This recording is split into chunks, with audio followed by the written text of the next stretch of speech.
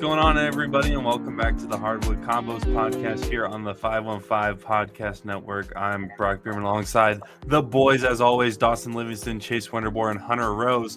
We were finally back after a week or so off. I was out of town, and then scheduling didn't work out with everybody else to get a show done. And then, life happens, but we're back finally with another episode, which is kind of great because then we got 2 weeks of NBA basketball really to talk about. A lot of things have happened. A lot of storylines are being developed in this early portion of the NBA season. Some good things for not only our teams, but some other teams in the league, and some bad things for some of our teams and some other teams in the league. Before we even talk basketball, how is everybody doing, really? I got 2 hours of sleep. I woke up 20 minutes late for work, dropped a gallon of milk on my foot, and it exploded. I'm doing terrific. That kind of sums up the Bucks season. Yeah. And on top of that, it's Bucks game day, so makes it all worse. Okay. It's right. Chase, anything better? I'm doing a little better, man. Shout out the bank honoring our veterans. So a little shortened week for Mr. Chase here. Get caught up on some sleep. Starting to hit the gym again. So I just feel a lot better I feel a lot better about myself right now. So we'll see how long that continues, though, as you know how that goes. So Bro, I used to be able to work out every day. Me getting on that stationary bike at least for an hour, 2 hours a day. And then I started my full-time job and I've not touched it once. How are you able to do the bank and then still find time to work out, dude? Because I get off work and I'm like, it's time to sleep. Yes. No, dude, it's really tough, man. That's why I went away for a while, but I just had, look yourself in the mirror, man. Like, all right, enough is enough. And you got to find a way. Mob mentality, Brock. So, yeah, I look at myself in the mirror and I go, what did you eat? Hey, Bogo wins Thursday. Ooh, Bogo. Yeah, you know what? That's usually the answer when I look at myself in the mirror and I wonder what did I do? It's Bogo. Bogo wings. That Friday I wake up and I go, why did you eat all 30? You could have had some for tomorrow. Dude, sorry, now we're already off topic, but does B-Dub still have that was it like 6 for 20? Does anyone know? They still got that? Okay. I think so. Okay. As of like a I know couple what I'm weeks ago, doing. I think. Yeah, really off topic. Sorry, I was just wondering. No. We don't always have to be all about basketball, but that's right, dude. Dawson, how are we doing? I mean, we know how you're feeling NBA wise, but no, it's been good. First semester, my last first semester is starting to wind down. I got 4 weeks of school left before real finals. So other than that, just kind of wrapping those up, doing some exams right now. But yeah, not too bad. I know you're excited about Iowa men's basketball tipping off. Yeah, North Dakota tonight, I think. I don't even know. It's that bad as an Iowa fan, probably, but he's ready for that first weekend exit again. It's gonna be that's if we even get there, dude. Our men's team is no bueno. Shout out Eastern Illinois. Oh man, there it is. There it is. But anyways, let's get back and actually start talking about some. No. Brock, how are you doing? Yeah. I'm doing fine, I guess. Thanks for asking, man. It warms my heart. And it really Let's go. does. We gotta know how everyone's doing. Means a lot. I was in Chicago last week on Wednesday and Thursday, and I wasn't home all week. I was staying in West Des Moines, and then we went down to Kansas City for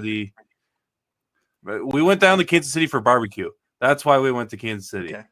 They got good barbecue down there. Yes. So I don't blame you. We went down. We drove 2.5, 3 hours just for barbecue so we could drive back. That was the only reason we went down to Kansas City on a Saturday. There would be no other reason why we would ever go down to Kansas City. No. I still get email notifications from Jack's Q in Kansas City every once in a while about all their specials. And I go, man, I wish. I want to go back already, dude. Their food, their barbecue, just chef's kiss, man. It's great. But thanks for asking, Chase. Warms my heart, man. No problem, buddy. No problem. Let's get into some basketball talk. Obviously, we're gonna have some teams that we definitely want to hit on. more specifically the top teams of both the Eastern and Western conferences so far, just looking at the standings. On the Western side, no shocker that Oklahoma City so far is leading the way as the number one team at 9-2. But then you get some teams that I don't think people were expecting to be this on top of their game so far into the season. Of course, I'm talking about Phoenix and Golden State. I think a lot of people thought they would be middle of the pack type of teams in the Western Conference, especially with how good the Western Conference is, which we will get into the strength of conferences later in this show for sure at some point. But Denver follows them at 4 at 7-3. Houston having a good season so far at number 5 as well, tied with Memphis and Denver, as mentioned earlier. And then the Lakers are in the play-in position. Of course, this is way early into the season. At the 7 seed, they would face Minnesota in the hypothetical if the season ended today, which, I mean, there's still like 70-something games left. So we got a lot of basketball. And then the Clippers and Kings follow them, and the Mavericks are the first team out in this situation. What are your guys' thoughts on the early Western Conference standings, and which teams have shocked you, which teams have been a surprise, good or bad, and which players have been performing well in your eyes? You want me to lead this off, probably? Okay. I mean, if you want. Yes. Obviously, I think the most obvious answer for me is the Warriors. I was not expecting that at all, man. I thought they were kind of just washed, got rid of Clay, and obviously Steph is still Steph. Steph's great, man. But like a lot of these young guys are really stepping up too. I remember, I think, what was it, a couple or last week or the week before, like Curry rolled his ankle or whatever, and I thought they were just cooked.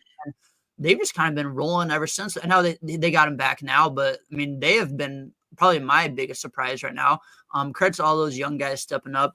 Another surprise, I would say, is the Suns, but I also know though that everyone's been healthy and now KD's getting hurt. So I think we're going to start to see them regress a little bit. I don't know if I'm surprised or not, because I think we hinted at it kind of before the season started, but the Houston Rockets, I don't know. I haven't really taken a look at their schedule. I don't know if they've been playing a bunch of easy teams or not. But I don't really know if I'm surprised by it. I think they got a good, solid young team. But other than that, my only other surprise would be the Mavericks at 5-5. I kind of thought they'd be doing a lot better right now. I think I have seen, though, they've been playing a lot of tough games. Just like a lot of tough competition from what I've seen. So I'm sure that'll all balance out in the end. But those are probably my original surprises. I don't know. Do you guys got anything? Shout out Buddy Hield. Buddy Hield for sure. Dog. Yep. Yeah. You legend? I would say I ain't shocked by Micah Budenholzer, head coach, regular season juggernaut out here winning regular season games. That does not surprise me at all.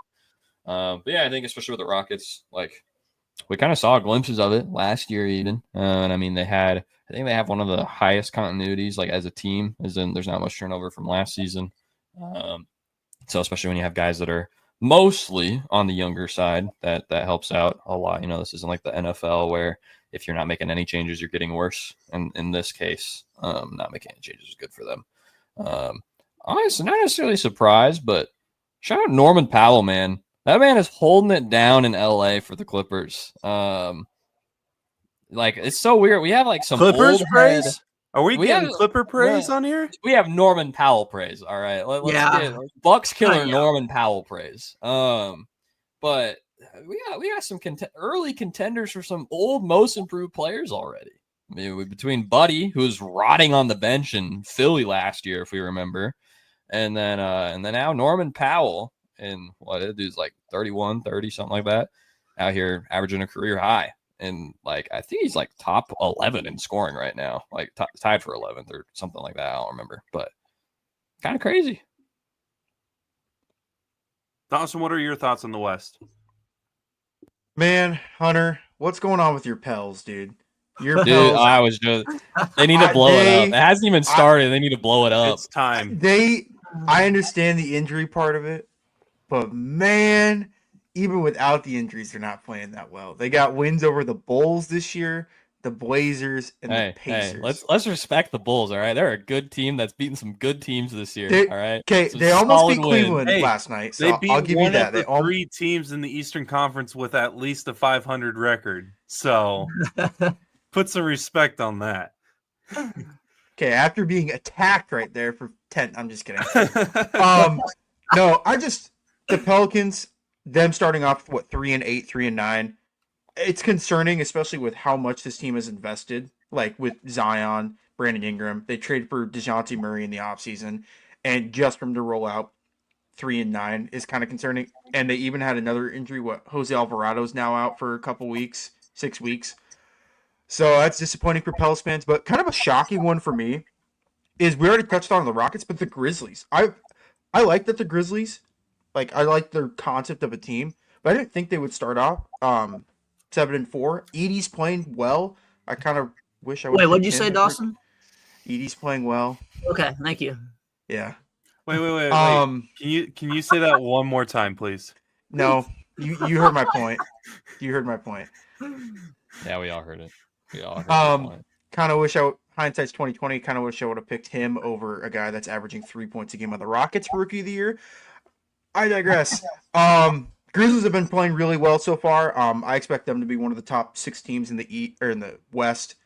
Yeah, I think they can really be a threat in the West come the playoffs. Yeah, the West has been pretty fun to watch. I will say when I was in Chicago, that was when the game between the Warriors and the Celtics was going on. So I was in Chicago theater watching the game on my phone before the show started that we went to go see.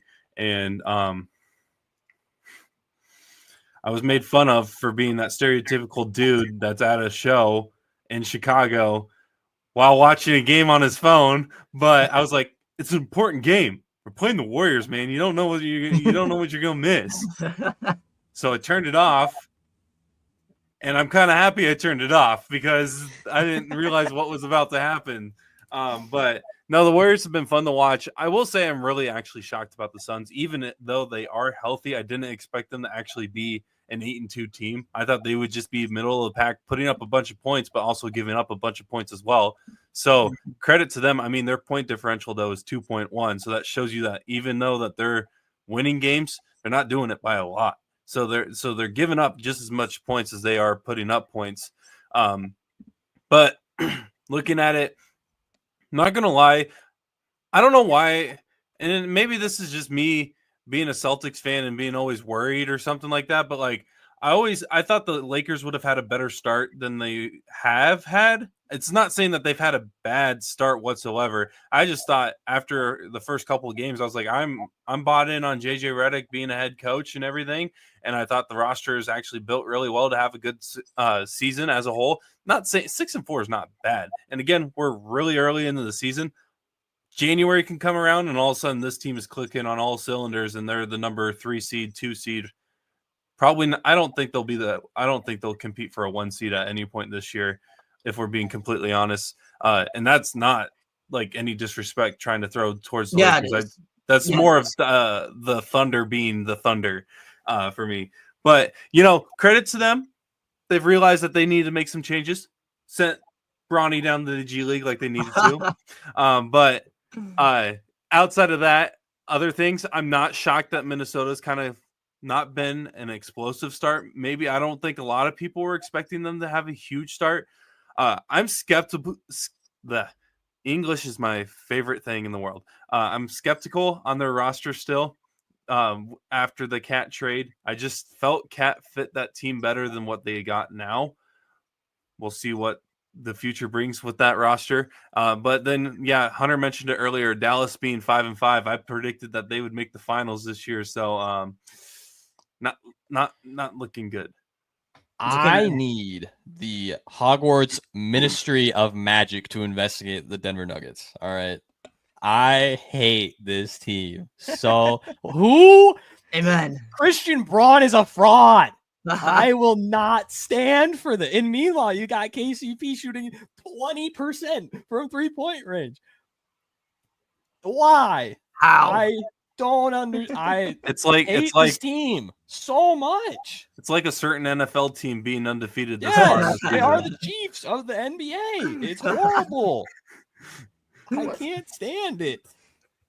It's like oh shoot, Monty Python and the Quest for the Holy Grail.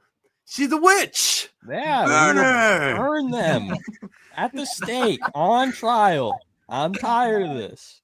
But Yeah. it's kind of interesting that team just finds a way to still be No, in the area. no, that they they're don't in. find it. Stop. They make one. It's called Stop, Make Brock. freaking Witchcraft. demonic activity. But hey, I saw Russ almost had like 30 points the other night too. I wanted to Yeah, it was just hilarious because somebody on Twitter was like, I'm not tweeting out anything until Russ drops 30 points, and then he dropped 29, and everybody was like, oh, look at this guy. Look at this idiot. Ha.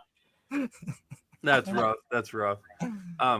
But yeah, speaking on the Pelicans, I've never been a huge fan on their current setup for a team, and I think it's time to kind of blow it up as a whole. And I think Hunter mentioned that earlier about blowing them up as well.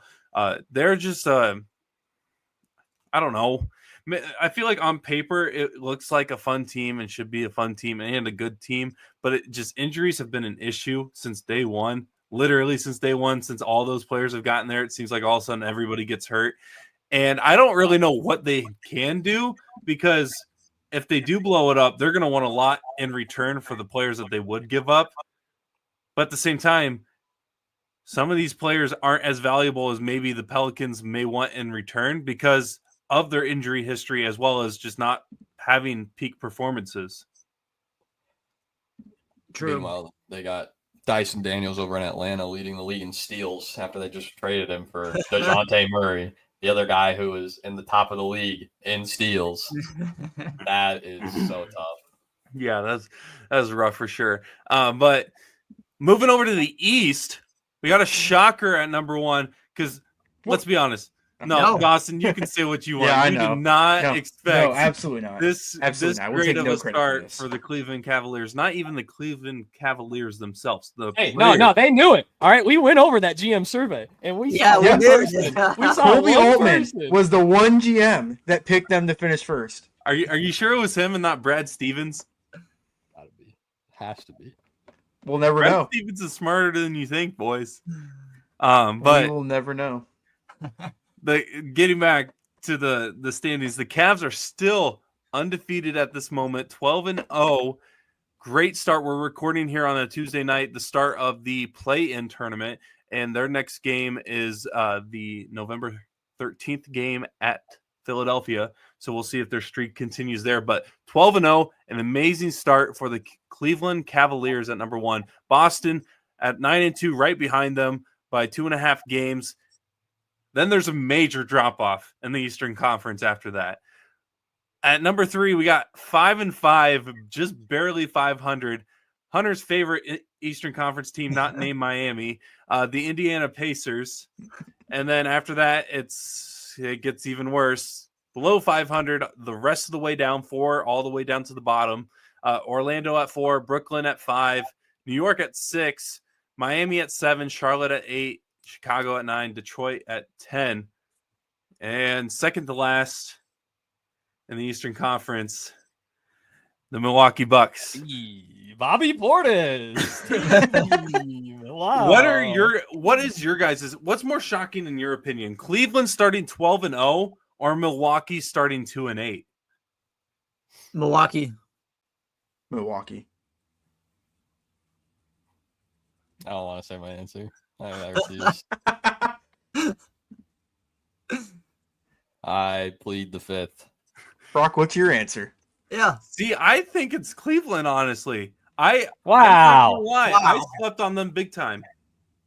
Come on, Brock. You're better. I slept on them big time heading into this season. I was looking more at Boston, Indiana, New York, and Milwaukee heading into the year. And yeah, Milwaukee had a rough start, but I wasn't even really considering Cleveland, and that's my fault. I'll admit that I did not realize that Cleveland was going to have a really good roster and a good team so far heading into this year.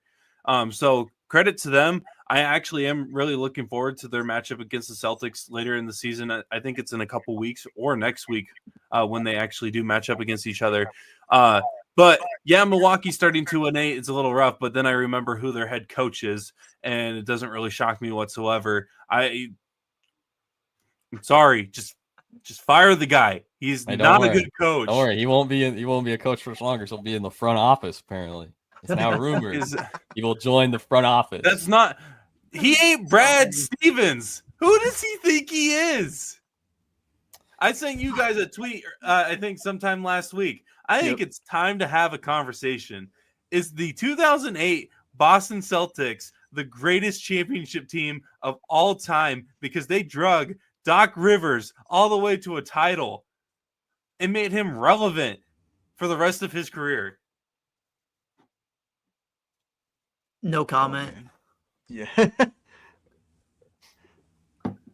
I know Hunter wants to go off. Hunter, do it. The floor is yours, bud. I can't deal with this team anymore. I texted Chase. Hunter crashed out.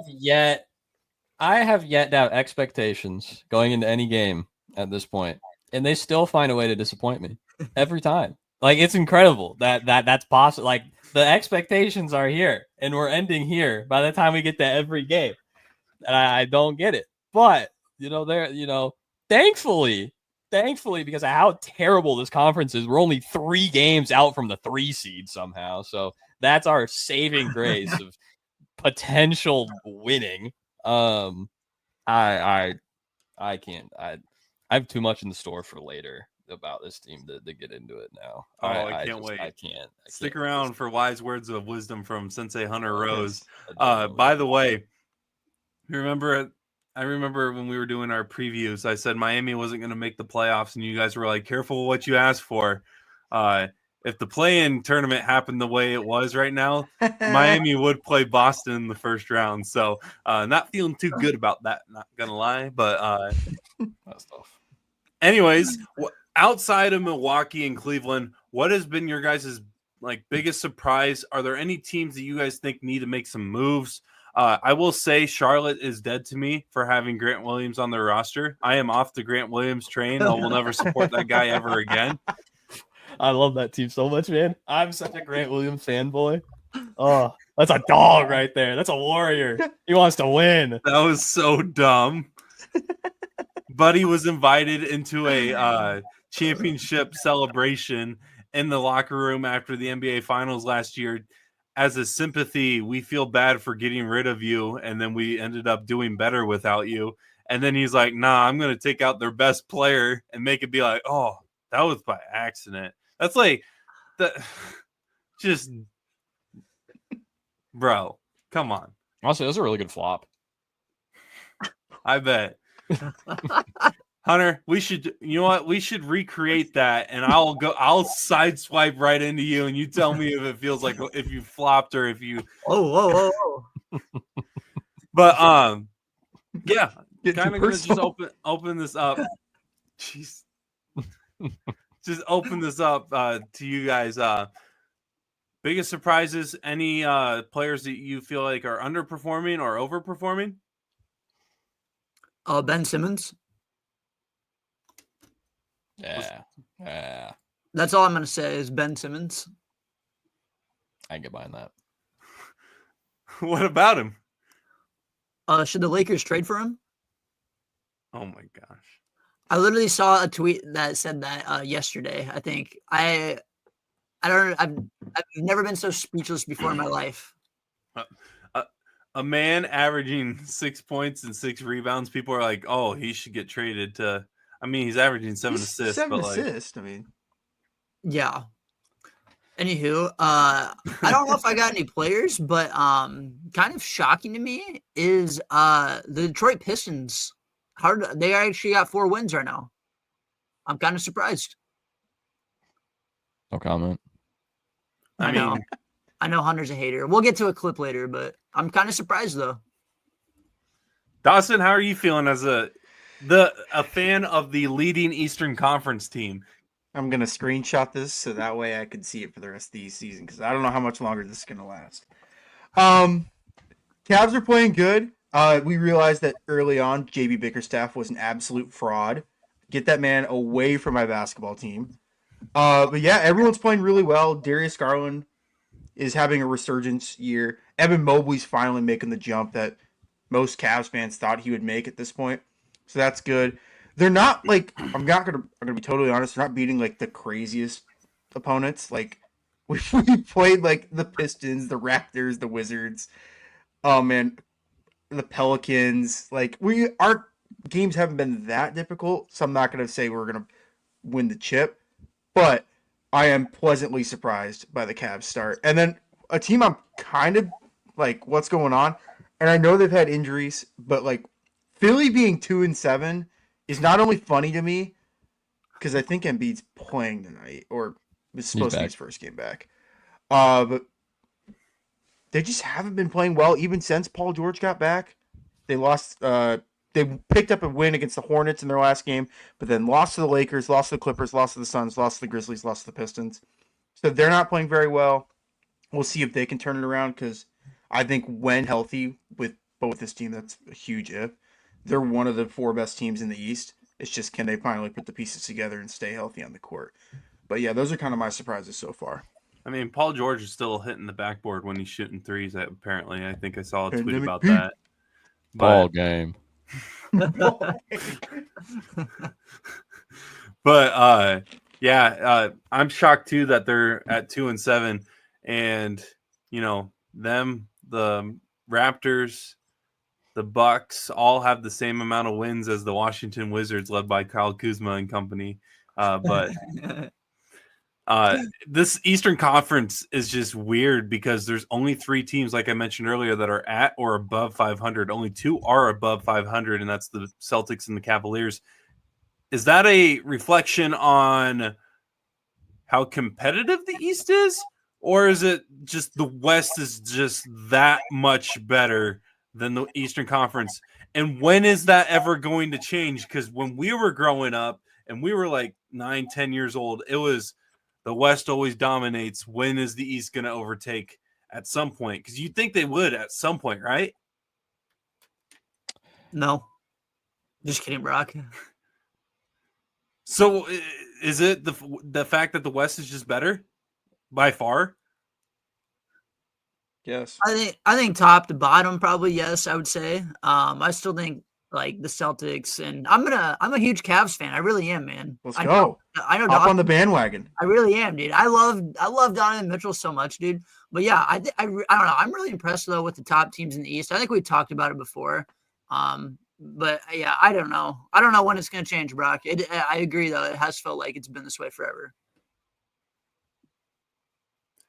I mean, it's just crazy to me. But I will say, a lot of again, really early in the season, but there's all signs are pointing to a couple awards going to some players in the Eastern Conference at the top of the league if the season, would continue the way it's going. I mean, the Cavaliers have been balling out 12-0. Donovan Mitchell, is fun to watch. Who doesn't love watching Spida? As well as Evan Mobley's having a good year.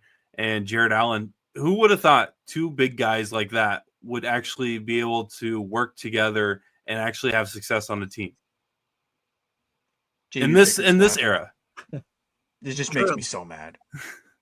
We were going to trade our entire team this offseason. And then, because Bickerstaff was that bad of a coach. They're like, oh, who thought this team would have worked? Well, when they built it 3 years ago.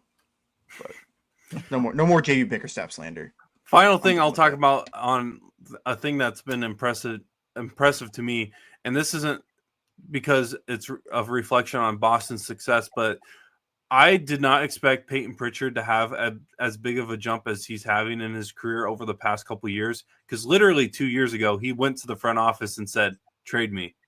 That's literally what he wanted. He wanted out of Boston, and Brad Stevens went, "Nah, just nah. I'm not going to trade you."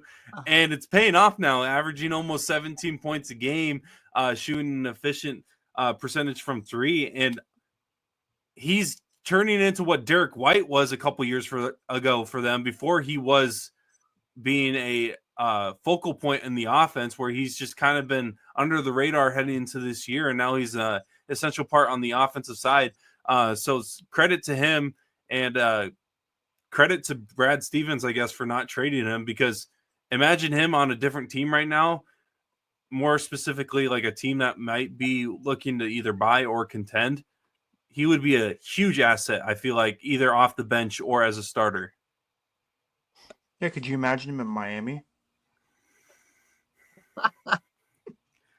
Yeah. Come on, man. There's My too bad. many former Celtics on that team already with Scary Terry being there. But that's kind of a recap on, the Eastern and Western Conference side of things. Tonight is the night, as we're recording again here on a Tuesday. This is probably airing Wednesday morning. This is the opening of the play-in tournament, if I remember correctly. The Celtics are actually currently playing right now against the Atlanta Hawks. Miami is playing at Detroit. Charlotte playing at Orlando. New York is on the road against Philadelphia. And second year, right? Is this the second year? Second year of the play-in tournament. I'm not going to lie, 2020 still feels like a decade ago, and it's only been 4 years. So trying to figure out and understand time and when things started is still confusing to me because of how effed up that year was. But It was a great year, Brock. So getting back to the play-in tournament, obviously we got the pod groups. I think it's 3 groups for each conference. The winners for those pods will be put into that tournament, and the winner will get the NBA Cup. I think it's officially called. Are they hosting it again in Las Vegas? Mm-hmm. What are your guys' thoughts heading into the second year of this annual in-season tournament? Are you guys bought in on this yet? Do you think there's still something they can do to make it more entertaining or entice you more to watch? Or do you like it how it is right now and you're all in? I think I still like it. I'm eager to see. I'm always eager to see what they can do to improve on it, improve on whatever the product is that is the NBA. But I think especially with the play-in, I think it's just exciting because it feels like, I don't know, feels like players like it more. I think like that was something that was seen last year, especially is like, I think players actually want to do this, as opposed to like the All-Star game where it's like, oh, you guys should value this, and then like nobody actually cares that much. But the play-in or the in-season tournament, it seems like players actually do want to win and do well in. So especially with like the point differential like actually mattering. It's like you get teams that are playing the full 48. So yeah, and I'm a big fan on the fact that like the players actually do have a little bit of an incentive for playing or reaching a far portion of the tournament. With I think the winning team gets each player gets 500,000 or something like that. Second place gets 200,000, and the teams in the semifinals get 100,000. So for some players, doesn't matter. Like LeBron, 500,000, he makes that probably every 10 minutes or something like that. He doesn't care. True. But like a guy like, I don't know, Peterson. Yeah, making nothing. The Brian Scalabrinis of the world would love 100,000, even just 100,000. No hate on Brian Scalabrini. He's again, like he says, he's closer to LeBron than I am to him in talent wise. So, I just wanted to make a point. We all love Brian Scalabrini, one of the best. I don't know, but like best recognizable. Everybody knows who he is. Players in NBA history. But I'm a big fan of it. Chase, Dawson, are you guys invested in this play-in in-season tournament? Yeah. Obviously I am. Hunter Boehner last year, so hopefully can defend the title this year, man. I think that they should when they like say how many championships teams have, they put like the number and then in parentheses is like the in-season tournament banners. Yeah, I know. Yeah, I like it. It's obviously it's just something different, Sometimes with like the 82 games, man, it's just kind of gets to be a lot. So it's always nice, kind of spicing things up here. Like I remember, obviously it's because the Lakers were playing it last year, but like I remember tuning in to most of the games, and Oh, it's just something different, keep you on your toes. But I enjoy it for the most part. I mean, Dawson, the Cavs could potentially hang a banner before even making the playoffs. Oh man, wouldn't that be something? As someone who last year when they said that this was going to be implemented, I hated the idea. I thought it was stupid, and then after it playing out last year, it is like Chase said, after 80 games or even after 30 games, the NBA starts to get a little old. Where it's you're at this point you're waiting for the trade deadline, then the All-Star break where it's off for a week. It needed to change up, and I'm glad that we went forward with this. I think it is cool. I think I'm glad there is an incentive for players, so it's that way the big name players will play in some of these games, whereas a lot of them will just sit out on a random Wednesday. But if it's a play-in game, you feel more obligated to play. But yeah, I'm a fan of it. I hope it's here to stay, and yeah, hopefully Cleveland can hang that banner up. I just had this idea. So everybody knows the NFL recently has started to compete with the NBA on Christmas Day, and the NBA used to be the NBA's day for sports. What if they made the in-season tournament the finals? So there's 2 games on Christmas Day. That's it, 2 games. You have the 3rd and 4th place game, so the losers of the semifinals, and then you can make the prize a little different. So if you finish 3rd, you get X amount, and if you finish 4th, you get a smaller amount of that. And then the championship game is that night. So you get 1 game at noon, 1 game at 6 or something like that, and make it a championship game. Because I feel like with the NFL trying to compete with it, I bet you if you look at the numbers of people viewing the NBA games has probably went down on Christmas Day over the past couple of years. And maybe having some kind of championship or incentive that is this game matters might help the NBA a little bit with their in-season tournament. Yeah, I would agree, Brock. This is kind of random. I know you like this. I think they just need Vince McMahon to come up with an idea. No, keep that guy from away from anything. No.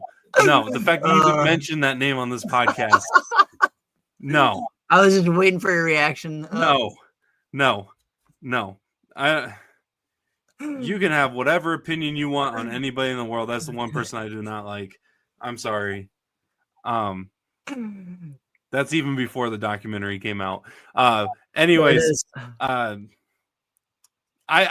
feel like that would be a cool thing to do. Maybe they could do something, because I feel like the one thing that sucks now about the NBA season is that the NBA Christmas games aren't as cool anymore. They've gotten rid of the Christmas Day jerseys. They don't really promote it as much of being a huge deal like it used to be. I don't know if they're accepting defeat against the NFL or what, but the NFL has just the games in general, because I think they play on both Christmas Eve and Christmas Day now, or they try to, depending on how the schedule works. Mm-hmm.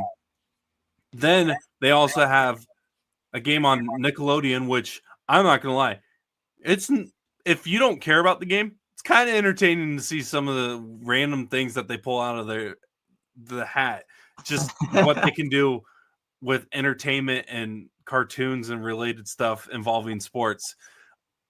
The product for the NFL on Christmas Day is way better than the NBA, which I never thought would ever happen. I never thought the NFL would even play on Christmas Day unless it was a Sunday in general, but here they are. They saw a market and they were able to take it. The NBA needs, in my opinion, something that would entice people to watch on Christmas Day, because that used to be a staple for me. I used to be excited to see what the jerseys looked like, the commercials. Everybody remembers the Jingle Bells shooting commercial with the Christmas Day jerseys, and everybody remembers that. Good Lord, how long ago was that? All I know is KD was still on the Thunder when that was going on.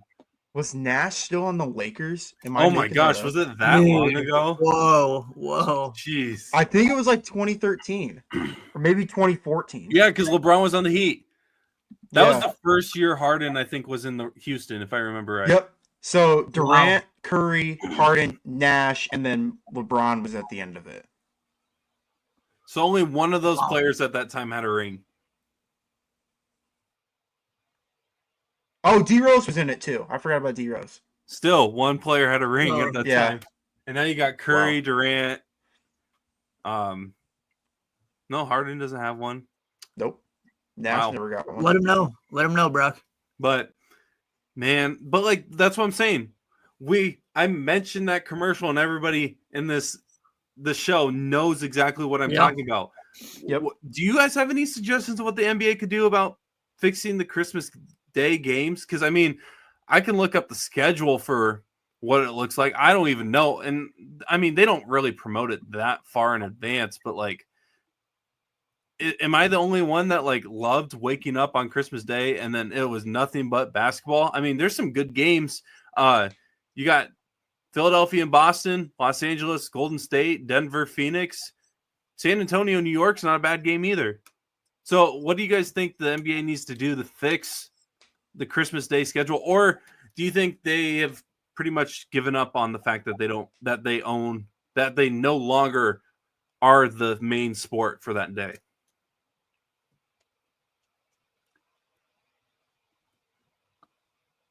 Brock, I'm not a very creative guy, so I'm gonna let everyone else have the floor.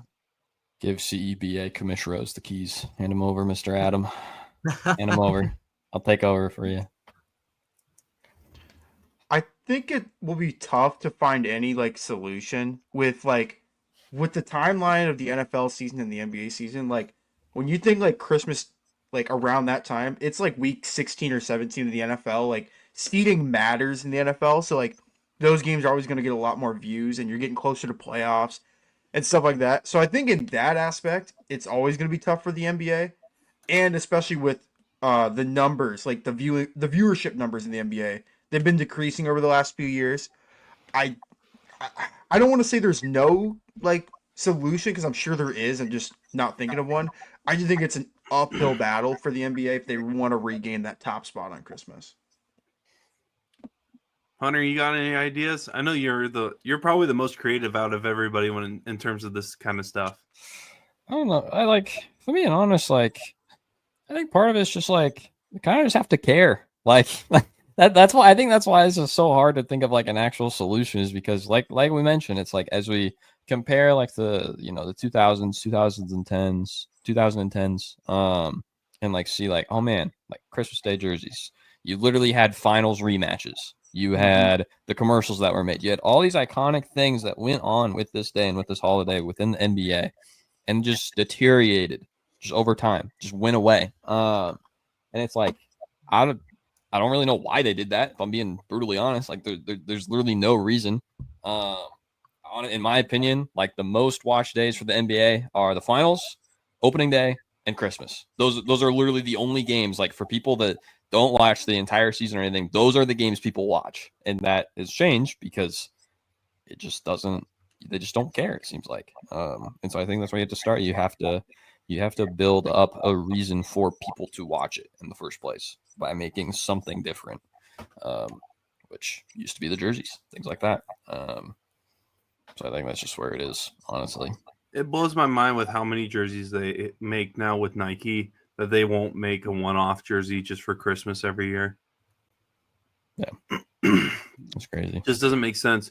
One of the best ones that I've ever seen was like, I think the Lakers did like a script-looking Lakers jersey with like the purple like stencil around it and everything, and it looked so cool because the white and the purple just popped. But Thank you, for some reason they got rid of it. I mean, I enjoy the Christmas Day games. They were that was network TV for me pretty much every year growing up. I mean, last year I had COVID, and so I wasn't able to go out and like hang out with family and all that. So instead I got to watch 126 to 115 W against the Lakers for the Celtics. So Okay. I'm sorry. Okay. But it's just I want, and that's what I think now I'm starting to realize is like I want it to be successful because I remember what it used to be like, and I think that's how we all feel. But the NBA just needs to, one, care that they want to invest and realize this is a big day for them, but also they need to find ways to make other people that are not invested in the league 24/7 to care about it as well. So who knows what exactly they need to do, but hopefully they can figure something out, because I liked the idea of having finals rematches or rivalries. Like the Lakers and Celtics, I personally feel, unless it's like there's a need for a really good finals rematch involving one of those two teams, I think the Celtics and Lakers should be playing every Christmas just because it's the biggest rivalry in the NBA right now, I feel like, in my opinion. Or of all time. Yeah. I would agree with that, dude. Plus, just sorry to bring baseball into this, but like I think this past year was one of the most watched like World Series in like, well, not like a long time, but like probably at least over 5 years, just because being LA, New York, you know, like so. I totally agree. I feel like I don't know. I just feel like the Lakers really haven't played the Celtics a whole lot, like in a big primetime spot, you know, recently with like a lot of marketing. So yeah, I would second that for sure. Quick question: yeah. Who won the World Series this last year? Who won it, Hunter? I don't know, man. I can't remember. I need someone to remind me. Thank you. The Royals. I think yeah, it was Bobby Witt. Bobby Witt. No, I think it was Frederick Freeman. I'm pretty sure. Freddie Cougar Freeman with a historical performance. I'm pretty sure. I see. In the fifth inning collapse from the New York Yankees. I could be wrong though. Okay. I could be wrong. I forgot today. I remembered yesterday, but couldn't remember today. We can remember today. Hey, that's what I'm here for. I was worried the next time we were gonna have a show that I was gonna have to go. I said that the Dodgers were gonna win, and then they didn't. Which I mean, they didn't. Yeah. Nah, Hunter's being a Debbie Downer, but look at him now. I'm proud of him. Thank you. Hey, did you guys see Freddie got a cat and named him Champ? Shout out Chase for sending me that tweet. Yeah, I've been all over that. I now want to get a cat and name him Freddie. Name Freddie, yes. I'm gonna get a kid and name. I mean, yeah. Oh. whoa. I don't think those are easy to get as cats.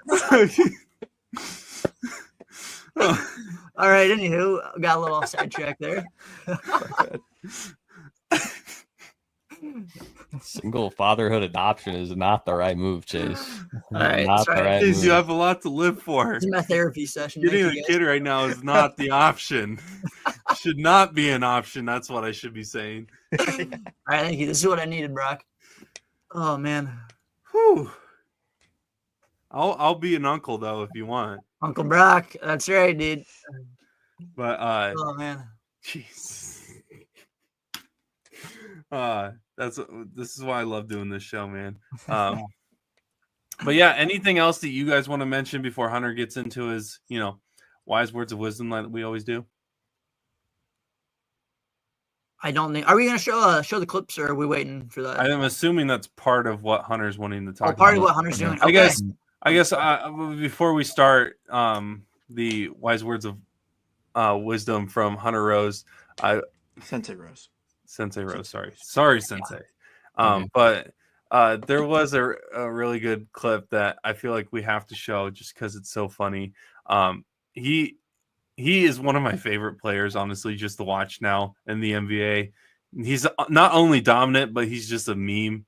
He's just a walking meme. And when his team's struggling, at least he's still trying to have somewhat fun, even though it's been rough. Of course, I am referring to Giannis Antetokounmpo, where against the Celtics, altercation between him and a couple Celtics players, and he went to go high five Jaylen Brown, and we all knew that this had to be coming. Like, look at his face. He faked him off, put his hand behind his head, and just absolutely made a fool of Jaylen Brown.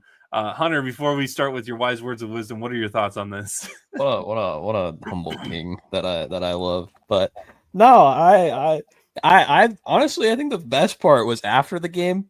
You had two stories. All right, you had one story that was Jaylen Brown being asked about it, and he's like, that's what kids do. Like, he's such a child for doing that. Like, I was more worried about getting the win, which we did do. And then you go to Giannis, and they're like, hey, Jaylen Brown said this about you. He called you a child. He goes, oh, really? Dang. That sucks. He's like, this is something I do with my kids. I thought it was funny. So maybe, before Jaylen Brown, we want to start talking garbage. We don't shoot tour dates for field goal percentages, and then also get 40 dropped on your head. So let's just calm down a little bit there, buddy. Let's, little tough man pants on. And, watch out! I'm gonna show him what's up. But those are my thoughts at least. Shout out Northern Iowa legend in the back of that video, AJ. Hey, man, killing it. Speaking of Northern Iowa legend, AJ Green, who has not attempted a 2-point basket all year. Absolute dog. Pull that man's shot chart up. It is no twos. It is strictly threes. All twos and all threes in second in the NBA in 3-point percentage. Yep. Absolutely insane. But had to bring let's just start there. Let's just start there with our Milwaukee Bucks guys. So I could get into a lot with this team, right? There's a lot that's wrong. But there's always one constant. There's always one man, the mayor, in the middle of all these things.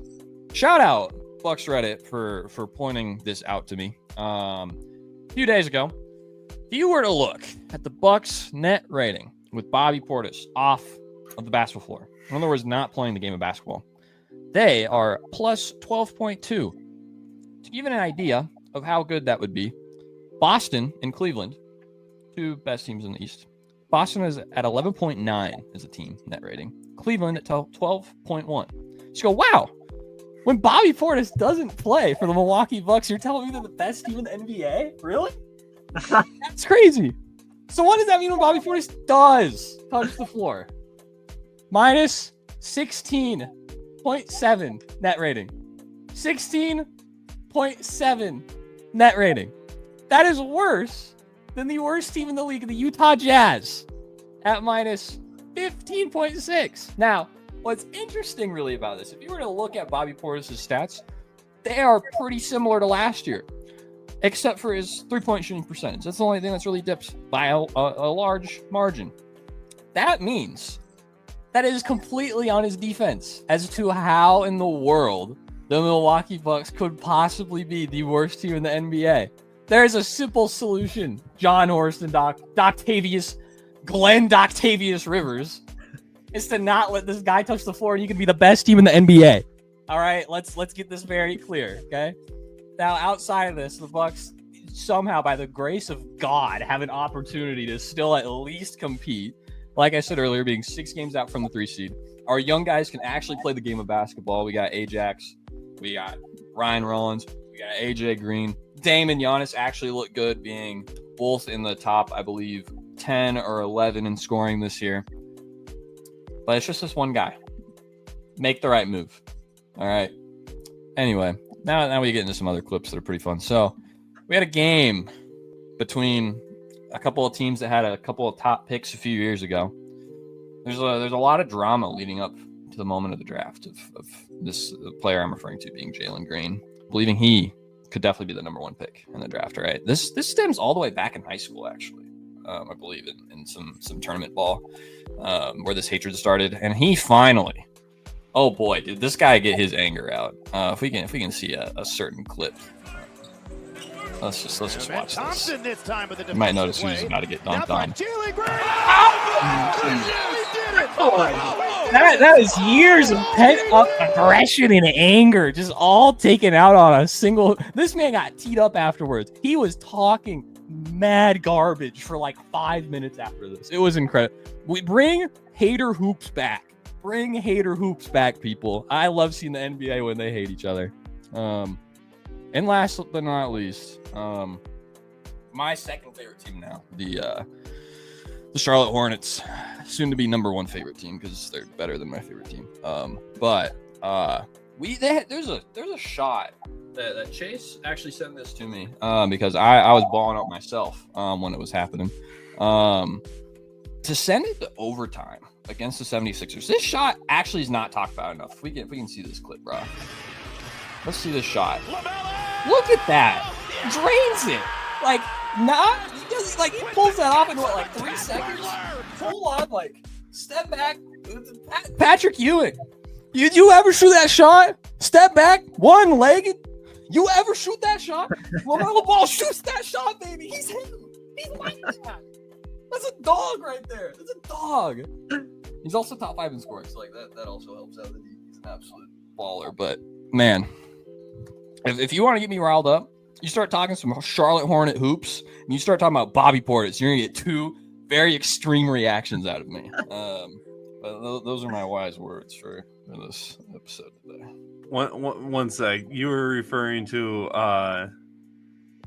who was the NBA legend that you referred to when you were talking about the one-legged? Patrick Ewing. When he was the coach of Georgetown. Yeah, when he was coaching, he was upset after. What kind of shot is that? What kind of shot is that? Have you ever shot that Shot shot? that shot. Do Do you you work practice on that that shot? When? Right here and right now. Right here, right now, coach. That's when I do that shot. Have you ever shot that shot? You also Brock can't play this probably on the pod, but there's also a video of LaMelo from Halloween that is absolutely hilarious that all of you should go watch. Yeah. It is Yes. Oh, dude, yeah. I Yes. know what you're talking about. God. It's So censored funny. though, right? I don't know. It probably. I mean, yeah, Nah, it is, but like, we won't risk it. it's so funny though. Like if you I have just not love- watched it, Now watching these back to back here, we got to do this. This is funny. Okay, ready? Step back one-legged. What kind of shot is that? Have you ever shot that shot?